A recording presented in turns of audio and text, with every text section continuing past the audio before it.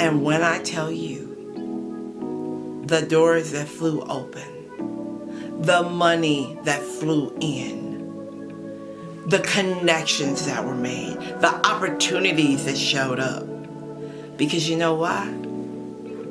I knew.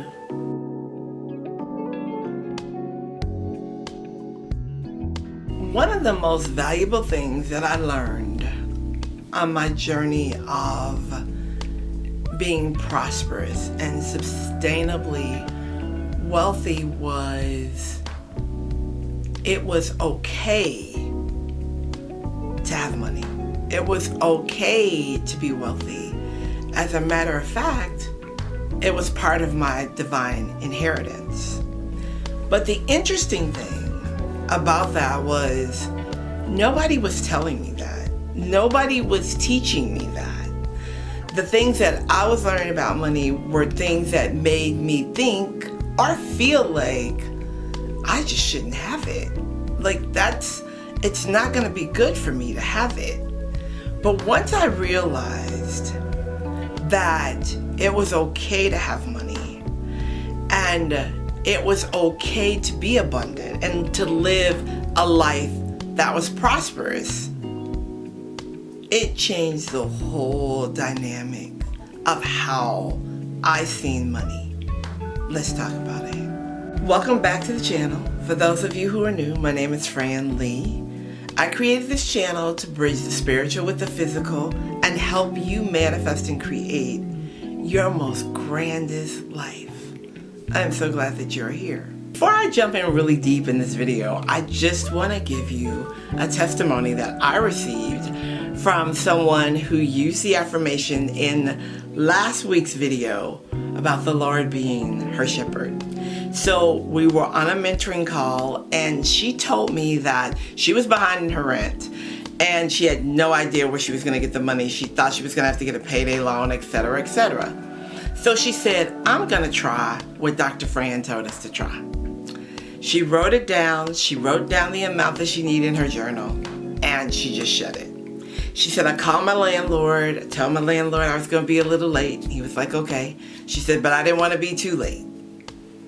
She said within 2 days, her cousin called her, who she had told that she needed some money for the rent, and said, hey, I've got some money for you. You can come get it so you can pay your rent. I believe she said that she needed a little bit more than $2,000. The work works. So I remember being in a place of feeling like good people didn't have money. That good people were not supposed to have money and only bad people were supposed to have money. And that if I had money, it would really make me a bad person and people wouldn't like me because money was evil. And I think that a lot of us were taught that. So no matter how much we try to manifest and create abundance, we still have that subconscious belief locked in there that money is just not a good thing. So you can really desire to have abundance because you really want it. You feel like you need it. You have to have it, but it's still not coming. And that's because you haven't healed your relationship with money.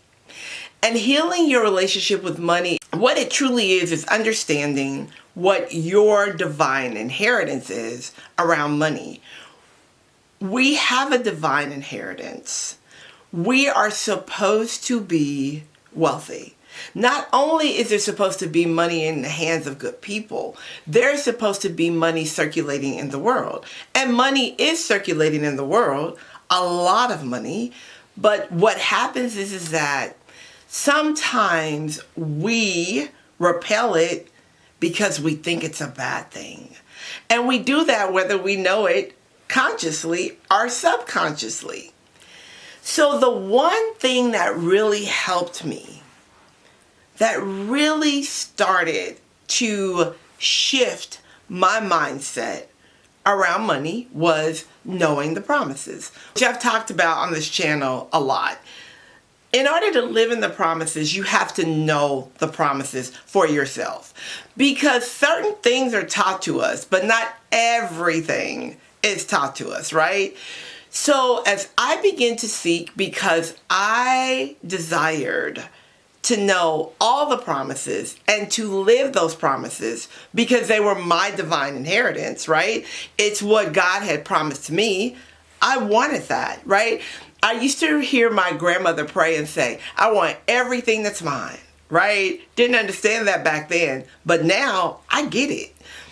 When you are in a dialogue with God, your higher power, your spirit team, most of the time when we are talking, we're praying and we are begging for something.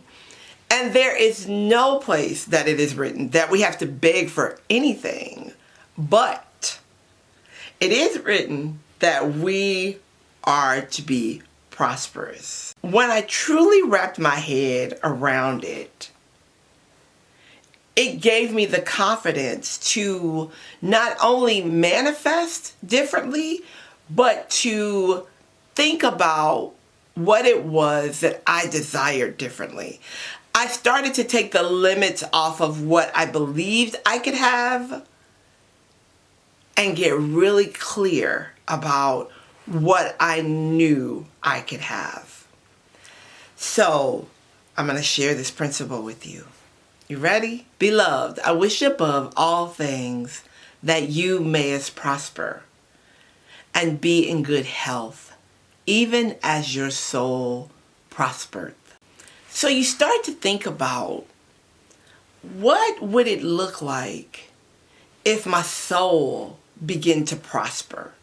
If the very being of me began to prosper? And I now know that it is God's wish for me to prosper. Like now I know, because God said, I wish above all things that you would prosper. A prospering soul is not limited. A prospering soul doesn't feel guilty about asking for things that they desire or having the things that they desire. A soul that is prospering is abundant, and it's joyful, and it's happy because, again, it wants for nothing because the Lord is my shepherd. Do you understand what I'm saying? When God says, I wish above all things that you may prosper, that hits different. It's not just me telling you, you should be prosperous. It's not me saying, you should have money. It's God saying that you should prosper and be in good health, even as your soul prospers. If your soul is prospering, it is abundant in all areas: love, health, wealth, relationships, business. Your soul's not limited to prospering in one area. But a lot of times we're carrying so many beliefs that money is so hard to come by. I'm not supposed to have money. Rich people are bad. Money is the root of all evil. All of those things we are carrying, but yet we're saying, I want to manifest more money. I desire to have more money in my life. And that is a contradiction to money, because money is this energy that feels how you feel about it. But not only is it an energy, it is your divine inheritance. You were told, beloved, I love you. I love you so much that I want you to prosper. Not only in this way, but as your whole soul prospers. How much clearer can that be? The thing of it is that we have to understand who God is first, who your higher power is. If I was to ask you today, who is your higher power to you? Who is God to you? How do you see God? Right? Do you see God as the being that is within you? Do you see God that is somebody sitting way above you that you can never get to, you can't even talk to? You got to go to somebody else to talk to God for you. How do you see God? What is your relationship with God? Because God just told me that you are his beloved. He told you that too. You are his beloved. And as his beloved, he wants to see you prosper. So I sat with that for days when I first got the revelation about what that meant. It took me a long time to realize that because I desired money, it didn't make me a bad person. That I was someone who was in tune with what my divine inheritance said about me. Like I was basically saying, I don't want my divine inheritance because money's evil. Money is not evil. It's what people do with money that it is perceived to be evil. But if money is put in the hands of good people or people who inheritedly feel good within their hearts and are connected to divine consciousness, money is an amazing thing. Because it circulates and it supplies so much. But if we feel like, I really want all this money, but I'm going to save so much of it, I'm just going to spend it a little, you're not circulating it. That's not the purpose of money. There is so much money being circulated through the world every single second of the day. And the people who have gotten the concept of understanding that they are to be wealthy are not worried about how much money they spend. And you know what else they're not worried about? How much money someone else has. Because they know that they are supposed to be prosperous. So prosperity isn't just about money. It's about the inner capability to receive different, to give different, to move different, to have different experiences, to do different things. It's more than just money in your hand and money in your bank account. It is prosperity in your entire life. It is the ability to leave a legacy for your family.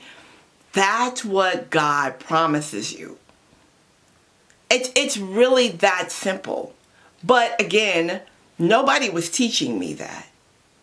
I had to pray and ask for discernment and to ask for wisdom so that I could live the life that my soul truly desired. And when your soul is craving something, it's because it's already yours. You just have not connected with it yet. A desire is something that is already yours in the spirit ether, but you haven't connected with that yet. But you have to remember that it is the wish that you shall prosper and be in good health, even as your soul prospers. So, this is what I did. I wrote another affirmation because that's what I do. And I wrote something that I could say every day, and I started my day with it. It is God's wish that I shall prosper and be in good health. So therefore, I am prospering, my soul is prospering, my health is prospering, my family is prospering, because above all things, God wishes that I will prosper. And when I tell you, the doors that flew open, the money that flew in, the connections that were made, the opportunities that showed up. Because you know why? I knew that I was his beloved, and above all things, he wished that I would prosper. So leave me a comment and tell me what you believe for. What is it that you believe for now that you know that it is God's wish that you prosper? What are you asking for? All right, y'all. I'll talk to you soon. Bye for now.